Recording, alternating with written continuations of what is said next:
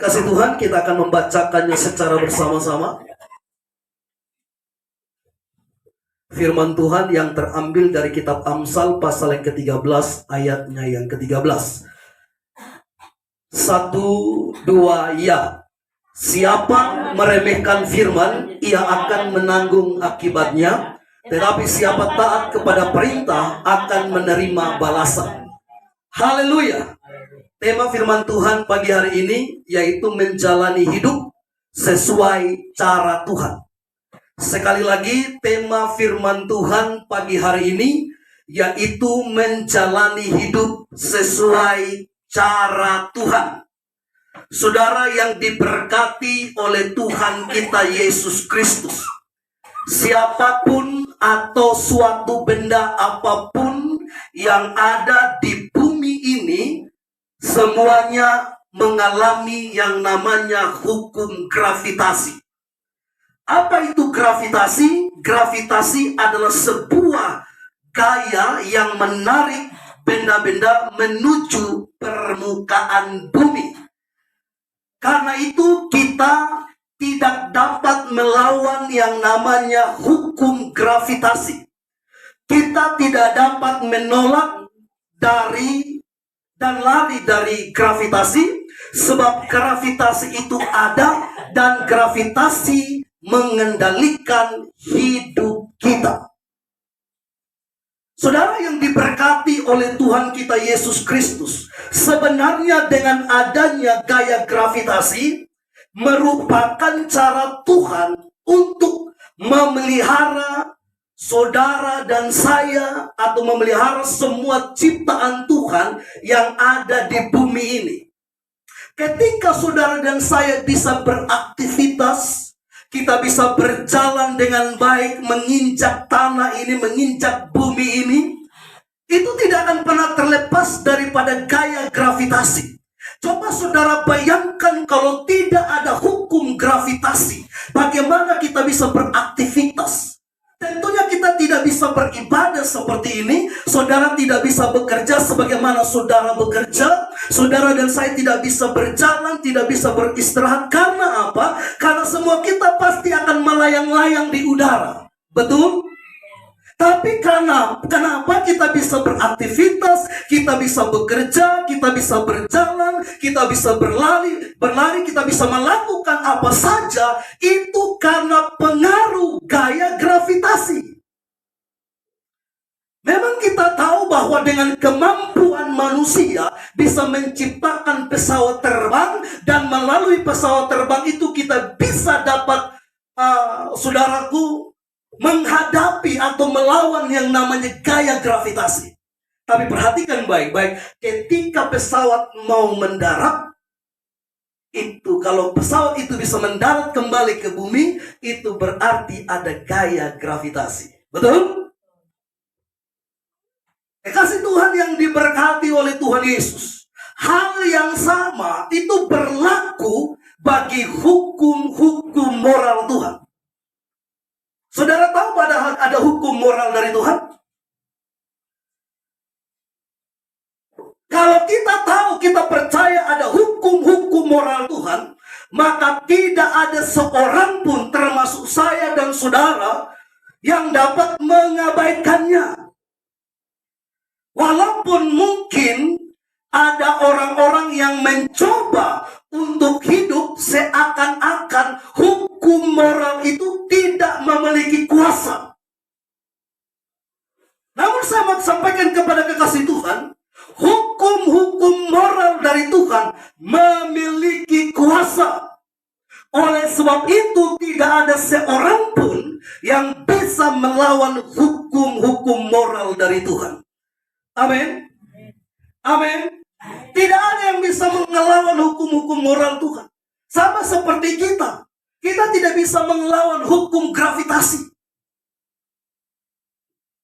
Saudaraku, tidak ada seorang pun yang bisa mengalahkan hukum-hukum moral Tuhan. Itu sudah ditetapkan Tuhan agar melalui hukum moral itu kita dapat dipeliharanya. Amin. Saudara yang diberkati oleh Tuhan kita Yesus Kristus, jadi yang harus saudara dan saya lakukan adalah menjalani hidup sesuai dengan cara Tuhan. Amin. Mengapa kita menjalani hidup sesuai dengan cara Tuhan? Karena hidup kita ini bukannya milik kita lagi, tetapi hidup kita milik Tuhan. Yang percaya bahwa hidupnya milik Tuhan, katakan amin. Jadi kalau kita percaya hidup kita milik Tuhan, maka sepatutnya, sepantasnya kita harus hidup atau menjalani hidup sesuai dengan cara Tuhan. Memang kita tahu bahwa setiap orang itu mempunyai caranya masing-masing.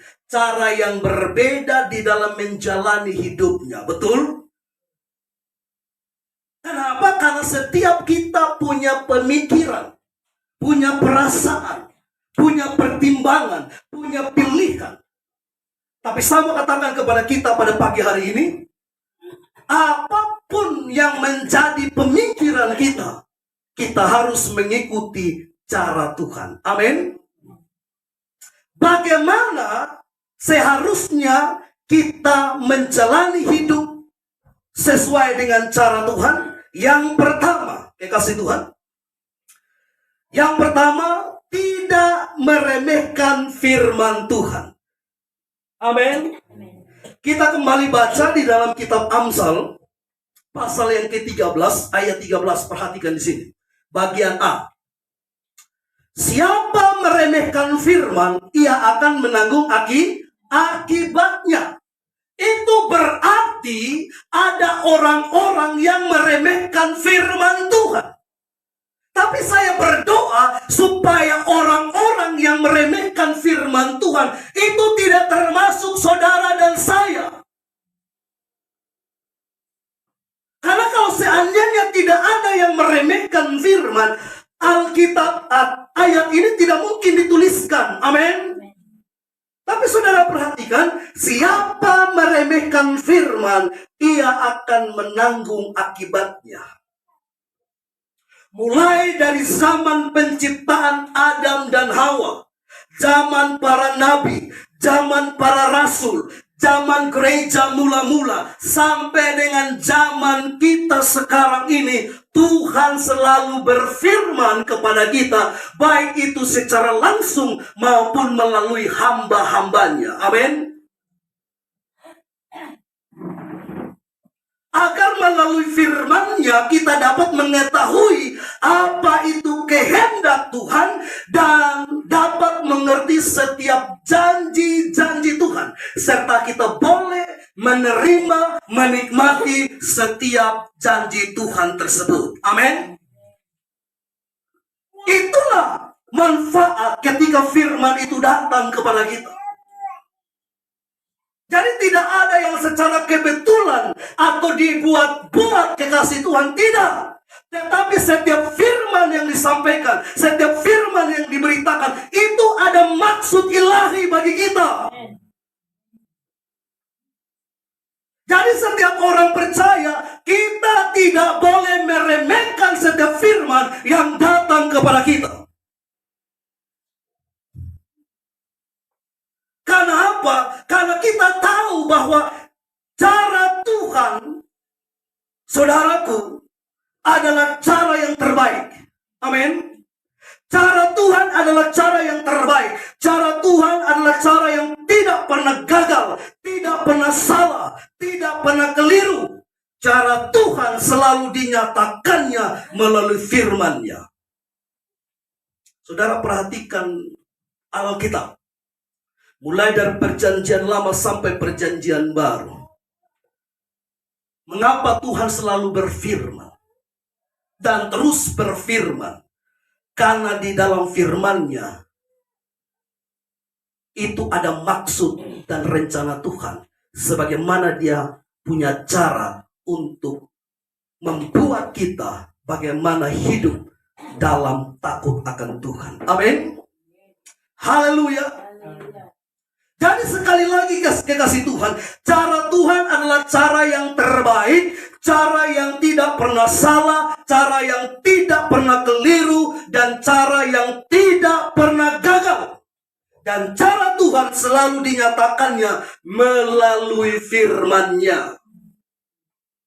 Saudara mau tahu cara Tuhan? Dengarkan firman Tuhan. Saudara mau tahu cara Tuhan? Baca Alkitab. Supaya kita mengerti apa itu cara Tuhan.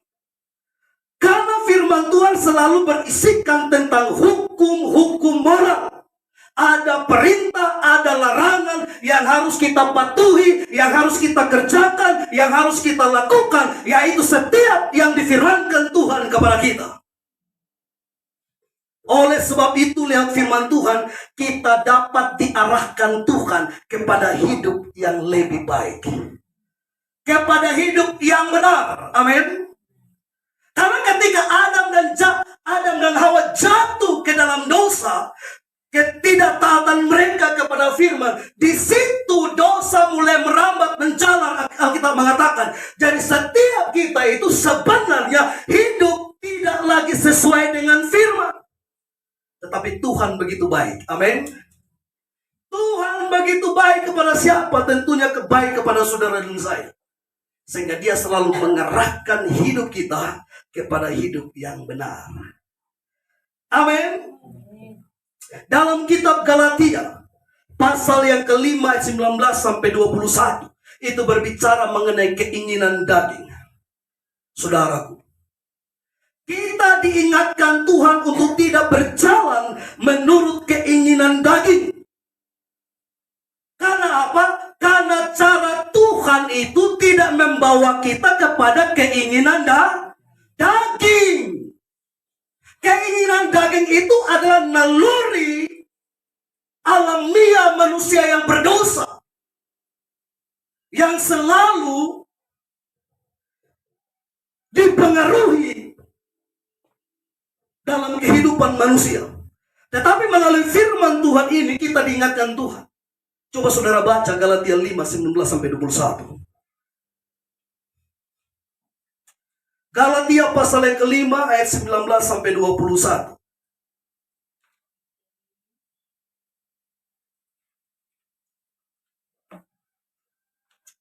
Perbuatan daging telah nyata, yaitu percabulan, kecemaran, hawa nafsu, penyembahan berhala, sihir, perseteruan, perselisihan, iri hati, amarah, kepentingan diri sendiri, perceraian, roh pemecah. Sampai 21. Ya, lanjut sampai 21. Kedengkian, kemabukan, pesta pora, dan sebagainya. Terhadap semuanya itu diperingatkan kamu seperti yang telah kubuat dahulu, bahwa barang siapa melakukan hal-hal yang demikian, dia tidak akan mendapat bagian dalam kerajaan Allah. Perhatikan baik-baik Galatia 5, 19, 21. Firman Tuhan ini tidak hanya ditulis khusus kepada mereka yang hidup pada zaman itu, tidak. Tapi firman Tuhan itu tetap relevan, tetap sesuai dari zaman ke zaman sampai pada zaman kita. Katakan amin. Jadi di sini jelas dikatakan kekasih Tuhan bahwa keinginan daging itu telah nyata.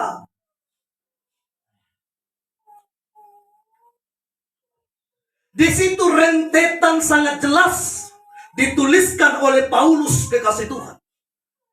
Jadi Galatia itu mengingatkan saudara dan saya agar kita tidak berjalan menurut keinginan daging. Karena keinginan daging itu bukan cara Tuhan. Sekali lagi, keinginan daging itu bukan cara Tuhan. Jika kita berjalan menurut keinginan daging, maka kita perlu tahu ada konsekuensinya. Amin.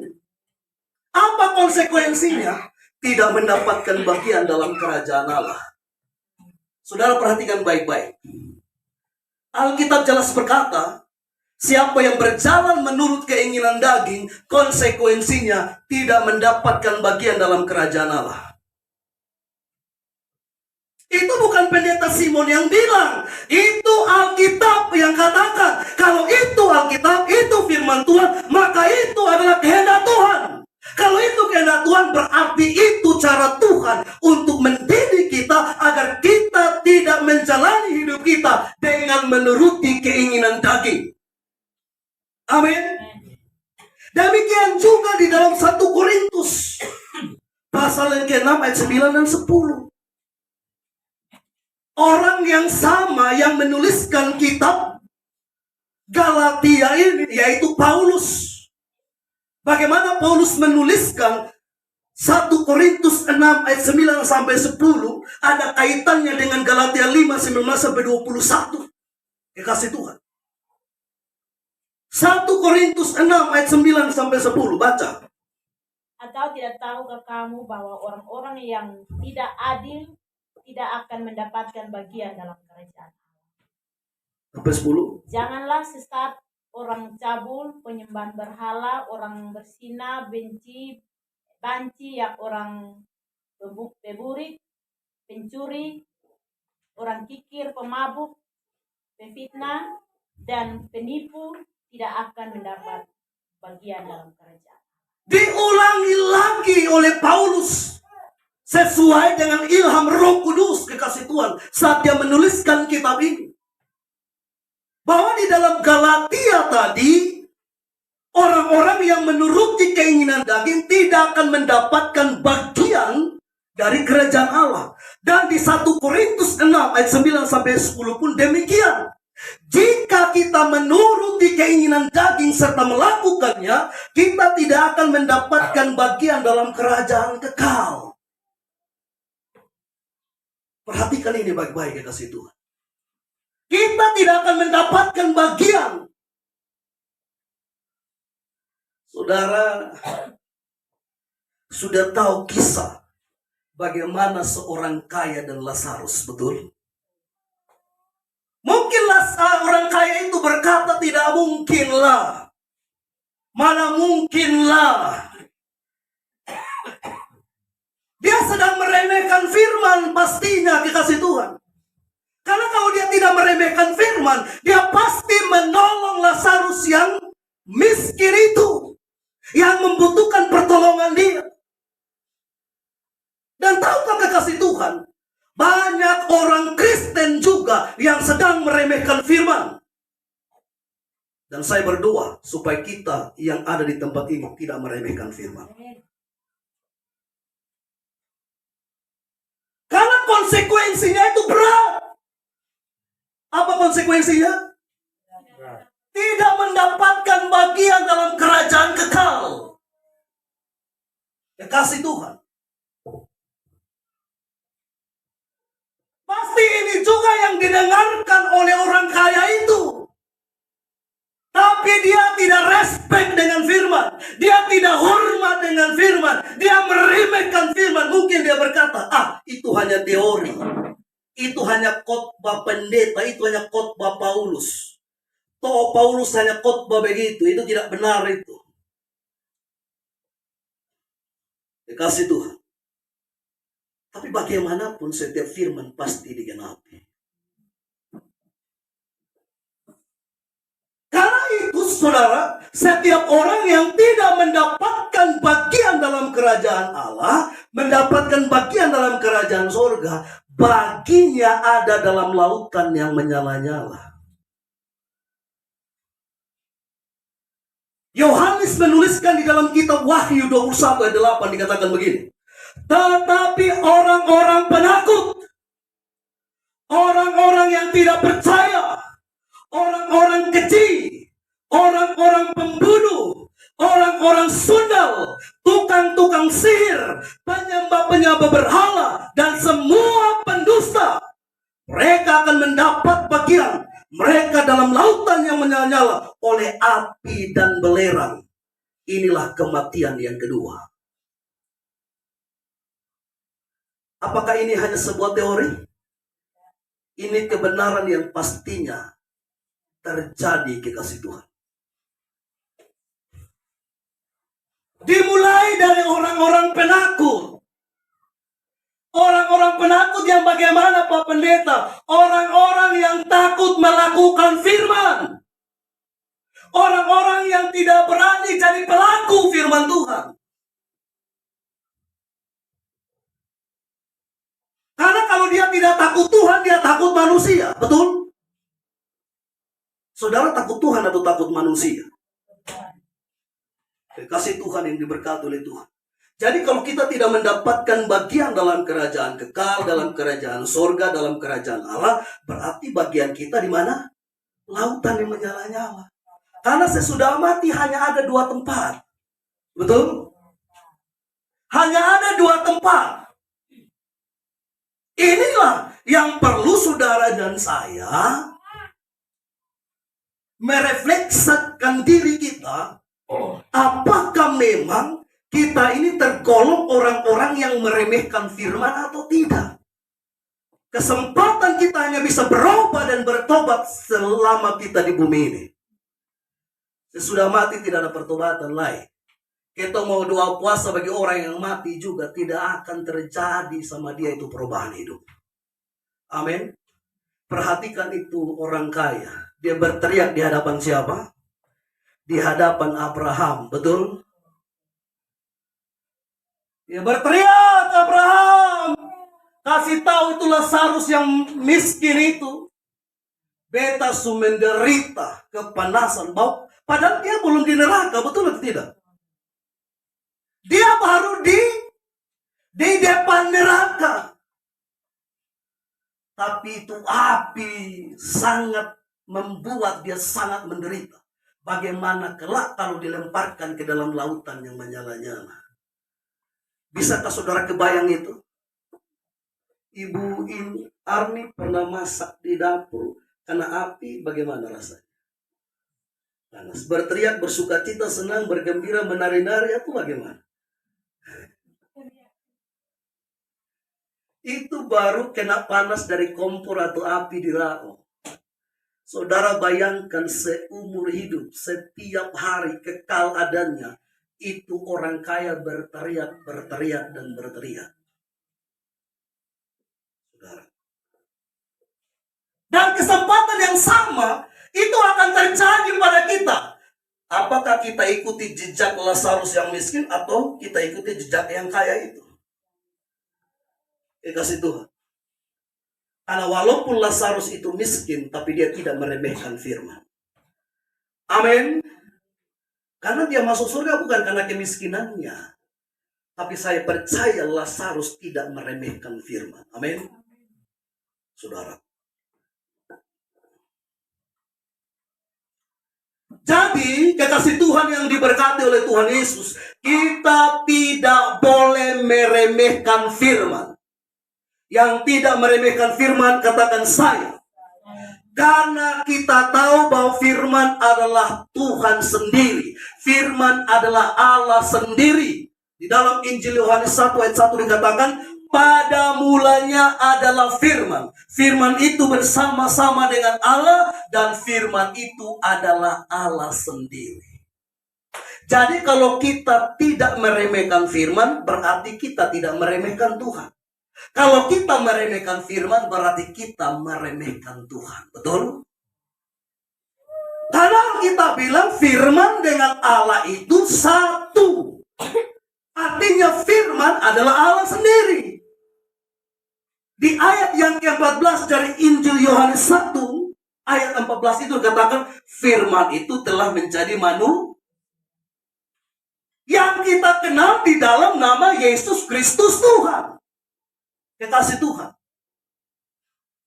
Jadi firman itu adalah Yesus itu sendiri. Yang telah menjadi jalan penghubung dari bumi, dari dunia ini ke surga. Amin. Katakan amin. Katakan haleluya.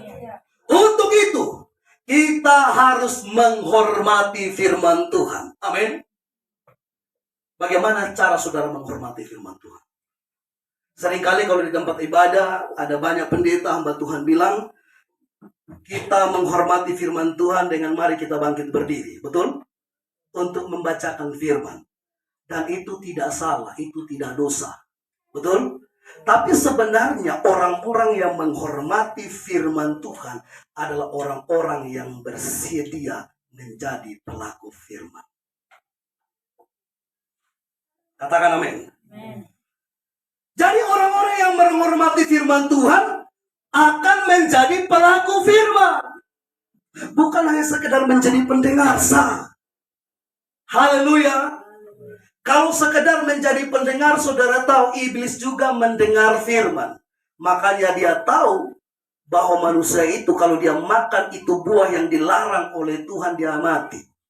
Berarti setan sedang mendengar Tuhan berkata-kata kepada Adam dan Hawa.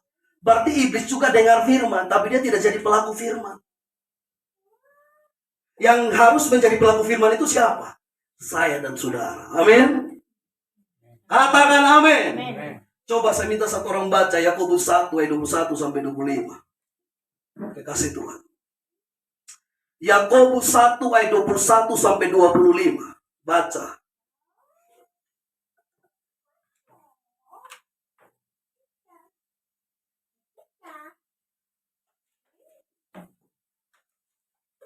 Yakobus 1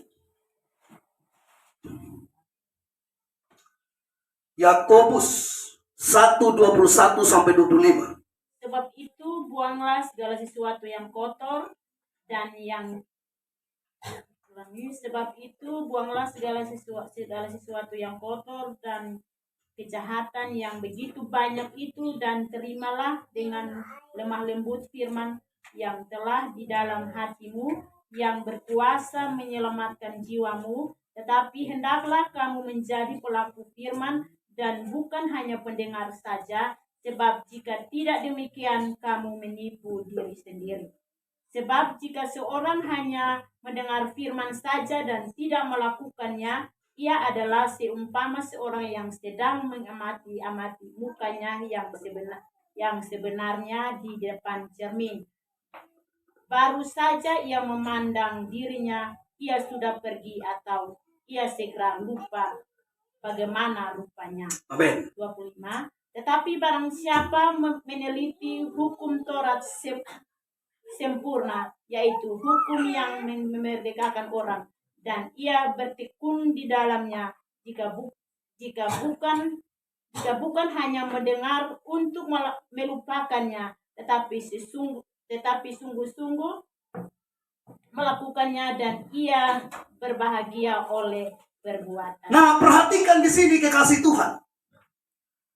Penulis kitab Yakobus atau Yakobus sendiri menuliskan, saudaraku, di dalam kitab Yakobus 1 ayat 21 sampai 25 ini dikatakan, sekali lagi saya tegaskan kepada kekasih Tuhan, sebab itu buanglah segala sesuatu yang kotor dan kejahatan yang begitu banyak, dan terimalah dengan lemah lembut firman yang tertanam di dalam hatimu, yang berkuasa menyelamatkan jiwamu.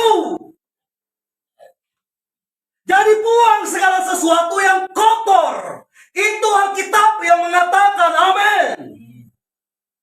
Buang, jangan disimpan dalam hati. Jangan dilakukan setiap kejahatan di hadapan Tuhan.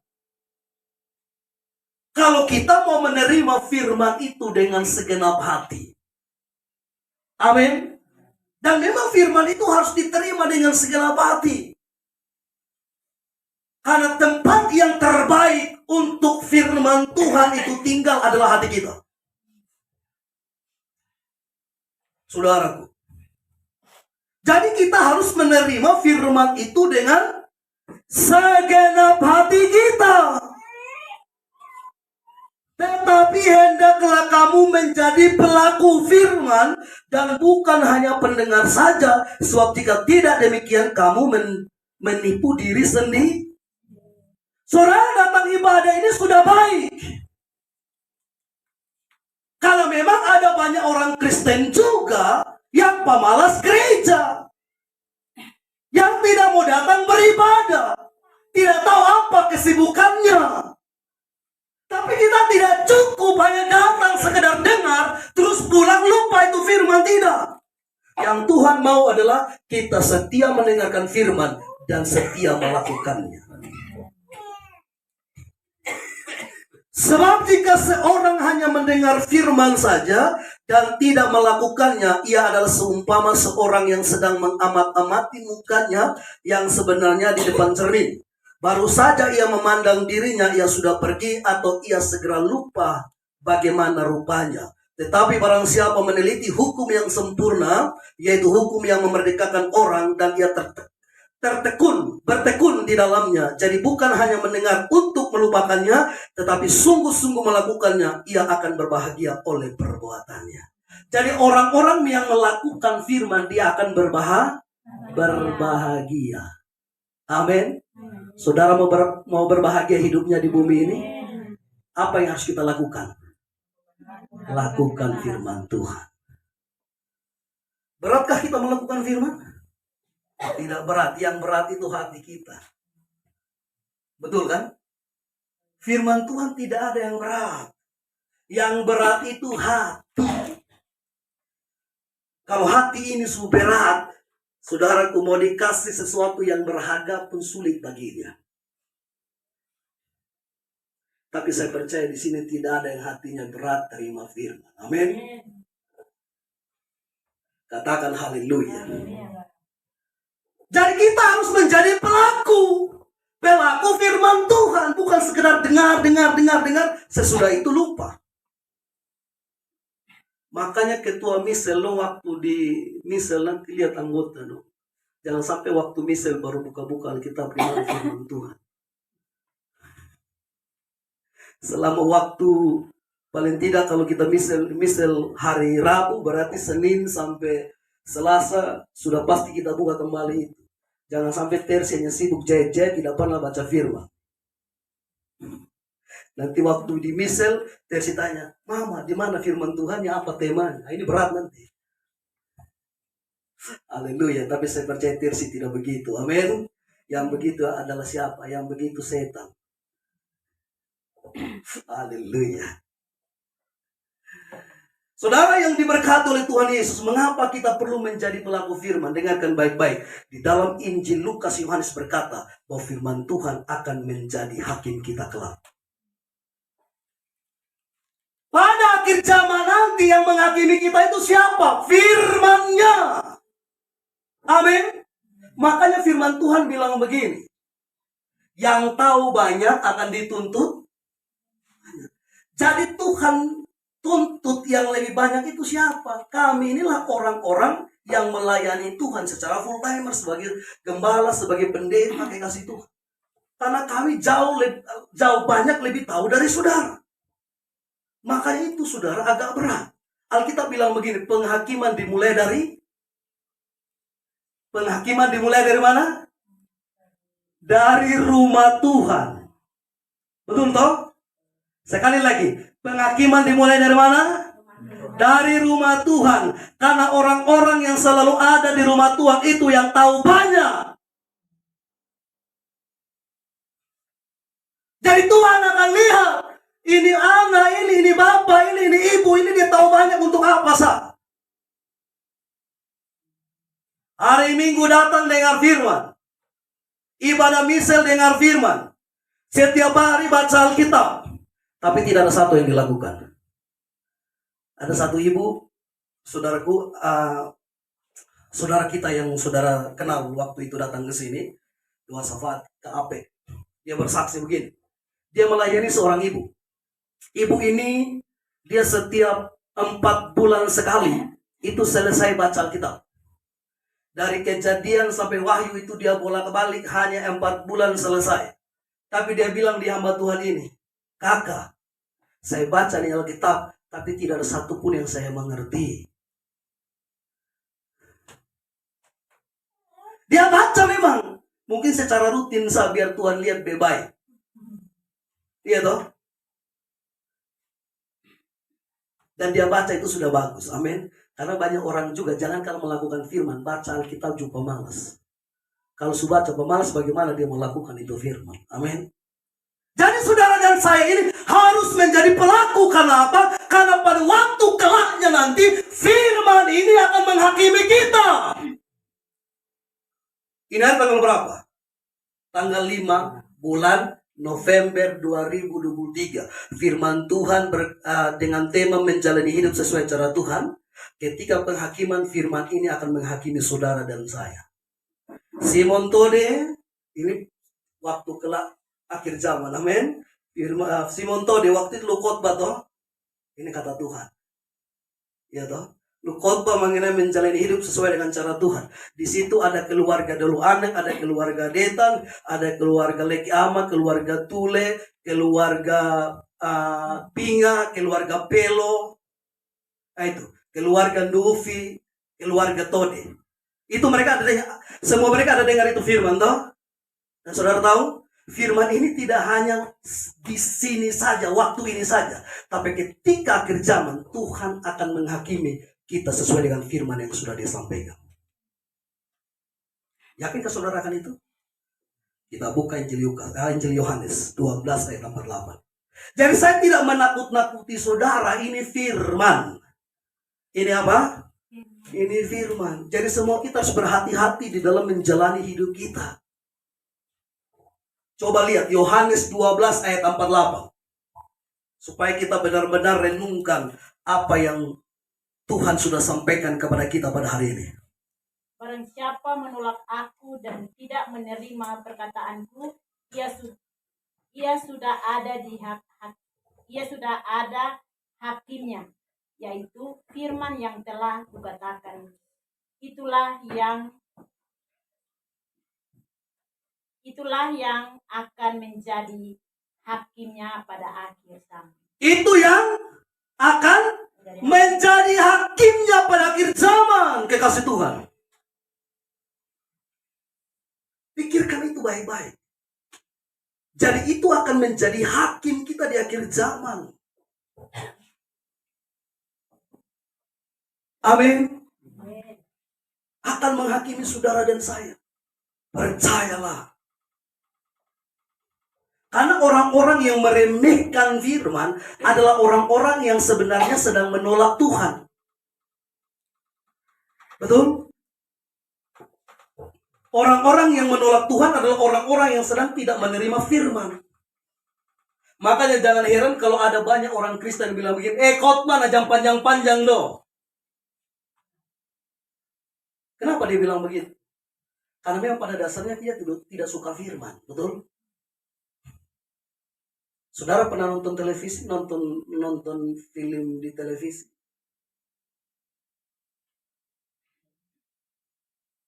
Ibu Ina pernah nonton sinetron yang Ibu Ina sukai? Ya, kita jujur saja toh.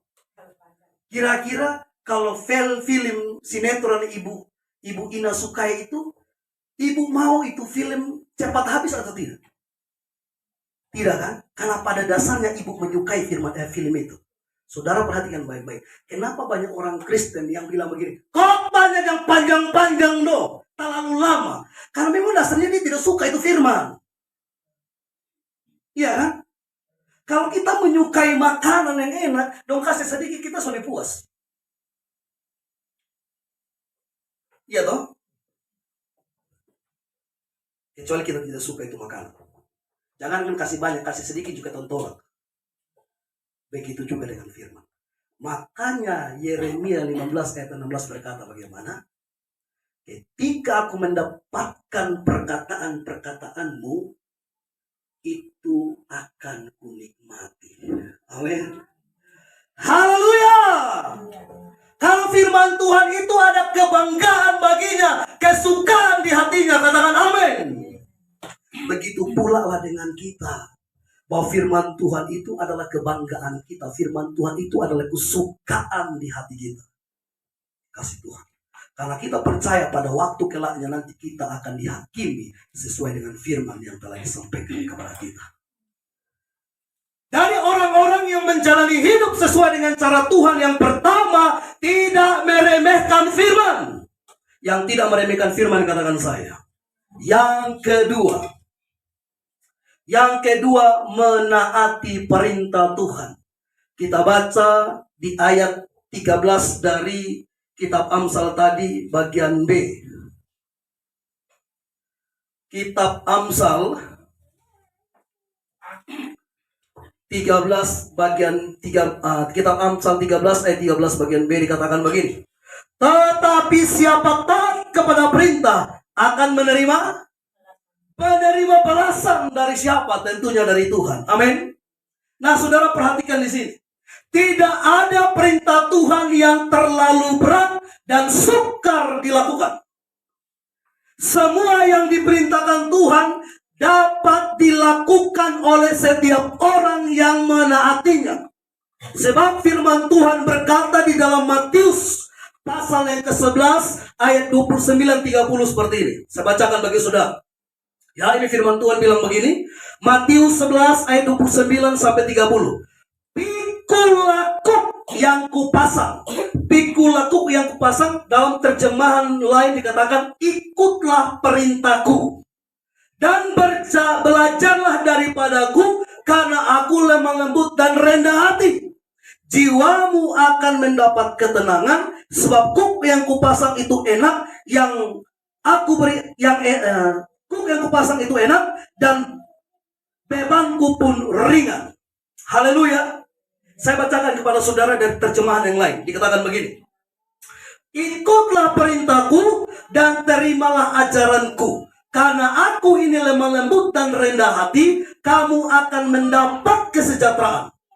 Perintah yang aku berikan kepadamu mudah diturut. Beban yang aku berikan mudah dipikul. Haleluya. Jadi dari firman Tuhan Matius 11 ayat 29 hingga 30 ini memberitahukan kepada kita bahwa tidak ada perintah Tuhan yang terlalu berat.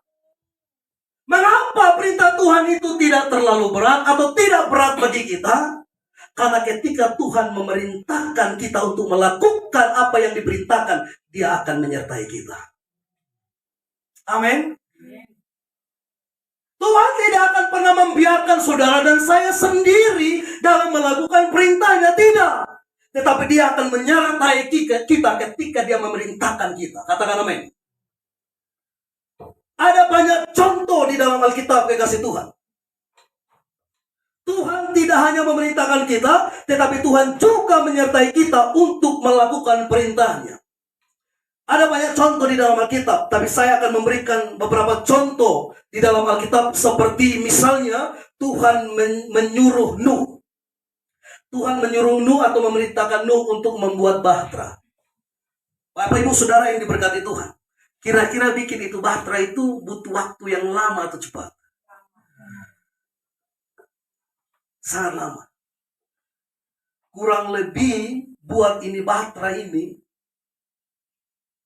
waktu yang ditunggu untuk menyelesaikan ini bahtera kurang lebih 100 tahun lamanya, 1 abad. Betul? Amin. Memang saudara, kita yang hidup di zaman ini, kita berpikir wah ini terlalu berat. Perintah Tuhan kepada Nuh untuk melakukan bahtera. Tetapi saudara tahu Nuh melakukan itu tidak sendirian karena Tuhan menyertainya. Amin. Jadi walaupun waktu yang dibutuhkan sangat lama, 100 tahun kurang lebih, tetapi Nuh dapat menyelesaikan, menaati itu dengan baik. Karena apa? Karena Tuhan menyertainya. Saudara perhatikan lagi ketika Tuhan memerintahkan Musa. Saudara yang diberkati Tuhan, Musa menaati perintah Tuhan untuk membawa keluar bangsa Israel dari perbudakan Mesir. Saudara pikir enak memimpin bangsa yang besar, yang Alkitab berkata bangsa itu tegar tengkuk, keras kepala, degil hati. Musa itu stres lihat ini bangsa Israel. Bukan hanya itu saja. Perjalanan untuk sampai ke tanah perjanjian itu memang sebenarnya cepat. Tapi karena kedegilan hati dari bangsa Israel ini, akhirnya mereka berputar-putar di padang gurun itu kurang lebih 40 tahun baru sampai ke tanah Kanaan. Itu pun tidak hanya berjalan begitu saja. Mereka harus berhadapan dengan beberapa bangsa untuk mengalahkan bangsa tersebut, kekasih Tuhan. Mereka merasa kehausan di padang gurun, butuh makan, dan Tuhan kasih semuanya. Katakan amin. Itu berarti Tuhan menyertai Musa. Di dalam perjanjian baru, kita melihat Tuhan memerintahkan murid-muridnya untuk memberitakan Injil keselamatan, untuk mengerjakan misi amanat agung. Dan ini semua kita harus mengerjakan dan melakukannya. Amin. Kita buka firman Tuhan, kekasih Tuhan, di dalam Markus 16. Kitab Markus 16. Ayatnya yang ke-15 saya bacakan bagi saudara, perhatikan baik-baik. Lalu ia berkata kepada mereka, pergilah ke seluruh dunia, beritakanlah Injil kepada segala makhluk. Ketika Tuhan menyuruh kita pergi beritakan Injil kepada segala makhluk, apa yang kita bilang sama Tuhan? Tuhan, kalau beritakan Injil kepada sesama manusia sih boleh, tapi kenapa kepada segala makhluk? Emangnya anjing mau dengar Injil rupanya? Tapi itu perintah. Amin. Amin. Artinya begini, kalau ada manusia yang tidak mau mendengarkan Injil, batu-batu itu pun akan Tuhan jadikan mereka dengarkan Injil. Amin. Katakan amin. Untuk apa? Untuk mempermalukan manusia yang tidak menghormati firman. Terima kasih Tuhan. Di dalam Matius 28. Matius 28 ayat 19-20. Firman yang tidak asing lagi bagi kita. Perhatikan di situ dikatakan begini. Matius 28 ayat 19-20. Karena itu pergilah. Kata pergilah ini adalah perintah. Amin. Jadikanlah semua bangsa muridku dan baptislah mereka dalam nama Bapa dan Anak dan Roh Kudus. Dan ajarlah mereka melakukan segala sesuatu yang telah kuperintahkan kepadamu. Dan ketahuilah, aku menyertai kamu senantiasa sampai kepada akhir zaman. Jadi Tuhan itu tidak pernah membiarkan kita sendiri ketika Dia memerintahkan kita untuk melakukan segala sesuatu. Tuhan pasti menyertai kita. Percayalah bahwa Tuhan menyertai saudara dan saya. Amin. Katakan haleluya.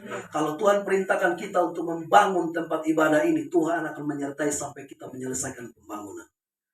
Mungkin kita berpikir, Pak Pendeta, dana kita masih seperti ini. Percayalah, berkat Tuhan dicurahkan bagi kita. Itu tandanya bahwa Tuhan menyertai kita. Amin. Haleluya. Saya teringat kesaksian. Dan ini kesaksian bukan saya dengar dari siapa-siapa. Ini kami alami termasuk saya. Kita bikin gereja di Kupang, saudaraku, yang sekarang